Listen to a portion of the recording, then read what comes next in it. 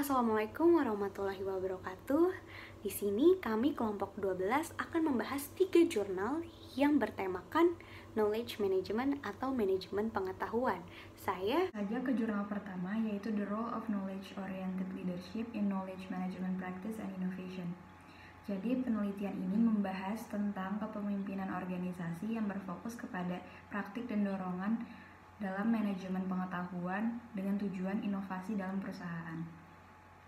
Penelitian ini membahas 3 tujuan utama, yaitu pertama, menganalisis pengaruh tipe kepemimpinan yang berorientasi kepada manajemen pengetahuan itu sendiri. Dan yang kedua, menganalisis pengaruh praktik manajemen pengetahuan terhadap kinerja inovasi produk. Dan yang ketiga, mengeksplorasi mediasi dari praktik manajemen tersebut dengan melihat apakah ada hubungan antara kepemimpinan yang berorientasi pengetahuan dengan kinerja dalam inovasi produk tersebut. Sampel dari penelitian ini yaitu dari 802 perusahaan yang rata-rata memiliki umur panjang dengan umur rata-rata 33,6 tahun dan ukuran rata-rata jumlah karyawan 275,3 karyawan. Kemudian, penilaian dalam penelitian ini menggunakan validitas konstruk dan menggunakan teknik analisis partial least square dengan menggunakan SMART PLS2. Hipotesis dari penelitian ini yaitu hipotesis pertama, praktik kreasi manajemen pengetahuan memiliki hubungan positif dengan kinerja inovasi perusahaan. Hipotesis kedua yaitu praktik pemindahan manajemen pengetahuan memiliki hubungan positif dengan kinerja inovasi perusahaan. Yang ketiga, praktik aplikasi manajemen pengetahuan memiliki hubungan positif dengan kinerja inovasi perusahaan. Keempat, praktik penyimpanan pengetahuan secara tidak langsung mempengaruhi kinerja inovasi perusahaan melalui hubungan positif dengan praktik pemindahan manajemen pengetahuan. Dan yang kelima, praktik penyimpanan pengetahuan secara tidak langsung mempengaruhi kinerja inovasi dan melalui hubungan positif dengan praktik aplikasi manajemen pengetahuan. Yang keenam, kepemimpinan berorientasi pengetahuan memiliki hubungan positif dengan praktik manajemen pengetahuan perusahaan. Dan yang ketujuh, praktik manajemen pengetahuan sebagai perantara hubungan antara kepemimpinan berorientasi pengetahuan dan kinerja inovasi perusahaan. Hasil dari penelitian ini yaitu membuktikan bahwa keberadaan kepemimpinan berorientasi pengetahuan menggabungkan fitur gaya kepemimpinan transformasional dan transaksional dengan menggunakan elemen motivasi dan komunikasi yang efektif antara manajemen pengetahuan tersebut. Hasil penelitian ini menunjukkan dampak yang kuat antara kepemimpinan yang berorientasi pengetahuan dengan praktik penciptaan manajemen pengetahuan. Hasil penelitian ini juga mengungkapkan bahwa transfer, penyimpanan, dan praktik aplikasi manajemen pengetahuan terkait kuat dengan kepemimpinan yang berorientasi pengetahuan.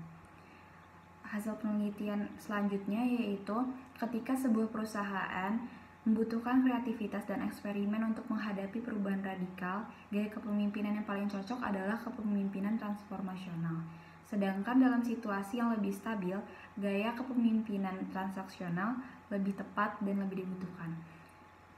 Kemudian penelitian ini mengemukakan bahwa konsekuensi penting praktek manajemen untuk mengintegrasikan praktek yang berorientasi pada eksplorasi pengetahuan dan eksploitasi pengetahuan. Penelitian ini mengemukakan bahwa kepemimpinan yang berorientasi pengetahuan merupakan gabungan dari gaya kepemimpinan transformasional dengan gaya kepemimpinan transaksional. Kemudian, penelitian ini menunjukkan dampak yang kuat dari kepemimpinan yang berorientasi pengetahuan dengan manajemen pengetahuan.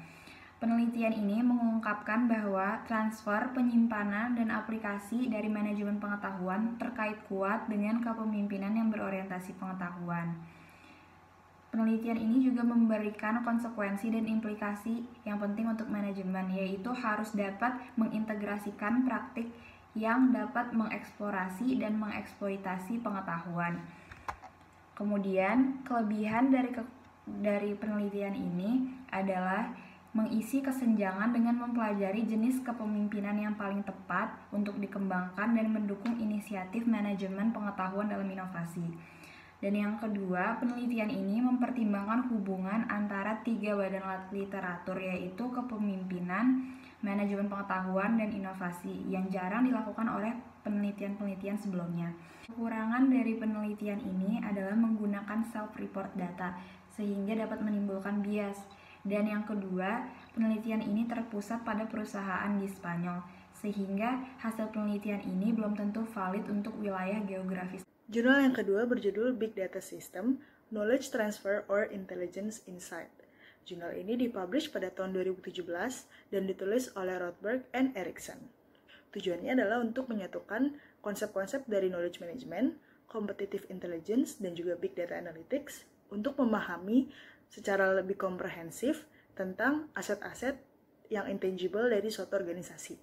Penelitian ini dilatar belakangi oleh pentingnya suatu organisasi dalam mengelola aset mereka yang tidak berwujud. Di sini, aset yang tidak berwujudnya yang secara spesifik dibahas adalah data, informasi, wawasan, pengetahuan, dan juga kecerdasan. Pada bagian teori, di sini penulis mengemukakan beberapa literatur review yang berkaitan dengan fokus penelitian ini. Yang pertama adalah tentang knowledge atau pengetahuan, di mana penulis menjabarkan bahwa ada 2 jenis pengetahuan yang ada. Yang pertama tacit knowledge dan yang kedua adalah explicit knowledge. Tacit knowledge ini lebih susah untuk dikomunikasikan kepada orang lain atau lebih susah untuk di-share kepada orang lain karena sifatnya itu dia berasal dari dalam diri manusia. Sedangkan explicit knowledge ini lebih gampang untuk dikomunikasikan kepada orang lain dan dia lebih gampang juga untuk dikelolanya karena bisa melibatkan teknologi informasi, misalnya melalui knowledge management. Yang kedua itu adalah intelligence atau kecerdasan, di mana disebut juga sebagai competitive intelligence. Bedanya competitive intelligence dengan knowledge itu apa? Bedanya, competitive intelligence ini bisa digunakan untuk menganalisis pengambilan keputusan yang bersifat strategis. Kemudian mencari intangible asset apa yang berpotensi untuk menguntungkan organisasi. Yang ketiga adalah data dan information.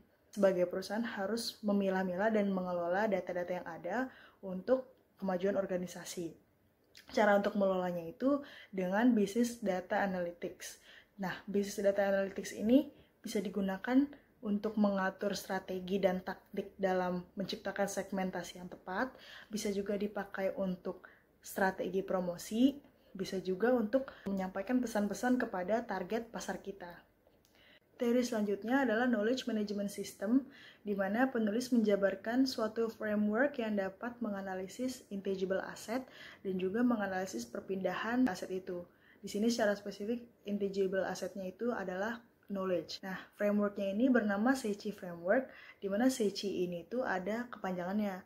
S itu kepanjangan dari socialization, di mana dia bisa menganalisis pertukaran dari tacit ke tacit knowledge. Terus E itu adalah externalization, di mana dia bisa menganalisis pertukaran dari tacit ke explicit knowledge. Terus C itu adalah combination, di mana dia bisa membahas pertukaran dari explicit ke explicit knowledge. Dan I itu adalah internalization, di mana dia bisa membahas pertukaran antara explicit ke tacit knowledge. Selanjutnya, teori yang dibahas adalah competitive intelligence system. Kita singkat aja di sini CI. Sebenarnya CI itu sama aja kayak knowledge management, cuma bedanya dia itu bisa menciptakan sistem dan juga dia bisa mengelola sistem itu sendiri. Selain itu, CI juga bisa mengelola big data dan juga analisis bisnis. Kalau knowledge management itu nggak bisa, karena dia cuma menganalisis pengetahuannya aja.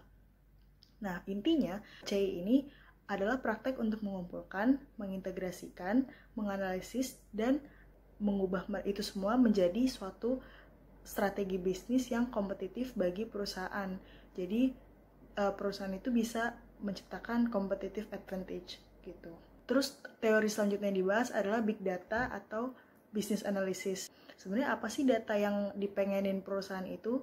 Sebenarnya perusahaan itu cari-cari data itu untuk menciptakan suatu keunggulan tersendiri yang beda dari perusahaan lain. Jadi mereka bisa menggunakan knowledge management dan CI sebagai panduan sistem yang bisa digunakan untuk proses penggalian dan analisis bisnis dari big data itu sendiri. Selanjutnya kita akan membahas tentang metode penelitian. Pada bagian metode penelitian, penulis menjelaskan bahwa pendekatan penelitian ini adalah pendekatan konseptual karena dia menggabungkan beberapa teori dari disiplin ilmu yang berbeda. Kemudian, penulis juga menjabarkan matriks yang diambil dari laporan keuangan perusahaan publik untuk memudahkan kita dalam memahami intangible asset apa aja yang ada di perusahaan itu dan memudahkan kita untuk mengenali sistem apa sih yang cocok digunakan dalam mengelola aset-aset intangible perusahaan. Selain itu, penulis juga mengambil data-data dari tingkat perusahaan industri yang setiap perusahaannya itu memiliki tingkat pengetahuan dan tingkat competitive intelligence yang berbeda. Ada yang perusahaan yang tingkat knowledge dan intelligence-nya tinggi, ada juga perusahaan yang knowledge dan intelligence-nya itu rendah. Setelah membahas metode, kita akan masuk ke hasil penelitian. Pada bagian hasil penelitian, penulis menjabarkan hasilnya ke dalam bentuk tabel, yaitu terdiri dari strategic protection factor sesuai dengan tingkat matriks yang sudah disediakan, yaitu tinggi rendahnya knowledge management dan tinggi rendahnya competitive intelligence. Pada tingkat pertama, ada strategic protection factor 45, di mana perusahaan yang termasuk dalam jenis ini memiliki knowledge management yang tinggi dan juga competitive intelligence yang tinggi. Perusahaan yang termasuk ke dalam jenis ini adalah industri sektor farmasi dan juga software, karena mereka memiliki kemampuan big data analisis yang tinggi. Kemudian pada tingkat kedua adalah strategic protection factor 30, di mana perusahaan yang termasuk ke dalam jenis ini memiliki knowledge management yang rendah tetapi memiliki competitive intelligence yang tinggi. Perusahaan yang termasuk dalam jenis ini adalah perusahaan sektor jasa keuangan seperti security brokers dan juga bank komersial. Selanjutnya ada strategic protection factor 15 dan perusahaan yang termasuk dalam jenis ini memiliki knowledge management yang tinggi dan competitive intelligence yang rendah. Perusahaan-perusahaan yang termasuk ke dalam SPF 15 ini adalah industri consumer goods seperti sabun, parfum, dan kosmetik. Dan juga ada toko retail. Kemudian tingkat terakhir yang paling rendah adalah strategic protection factor 5, di mana industri atau perusahaan yang terdaftar pada sektor ini memiliki tingkat knowledge management yang rendah dan competitive intelligence yang rendah juga, di mana contohnya adalah industri transportasi dan utilitas, karena mereka hampir nggak ada aktivitas yang berkaitan dengan knowledge management dan analisis big data.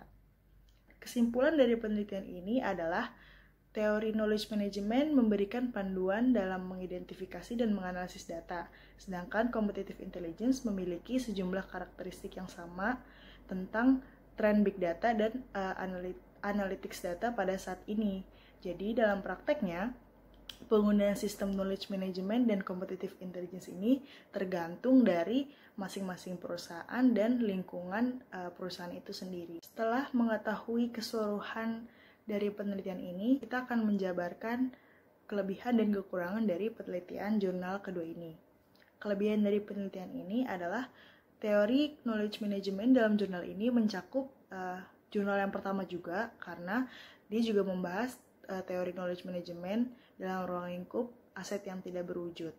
Kemudian, kekurangan dari penelitian ini, penulis kurang menjelaskan bagaimana cara meningkatkan pengetahuannya, karena di sini hanya membahas bagaimana cara mengelolanya saja. Kemudian, penelitian ini juga berbasis studi literatur, jadi perlu diadakan penelitian lanjutan untuk mencari tahu apakah penelitian ini valid atau tidak. Selanjutnya adalah jurnal ketiga. Jurnal ketiga ini kami gunakan sebagai pembanding. Jurnal ini berjudul Relational Study of Wise or Pronetic Leadership, Knowledge Management Capability, and Innovation Performance.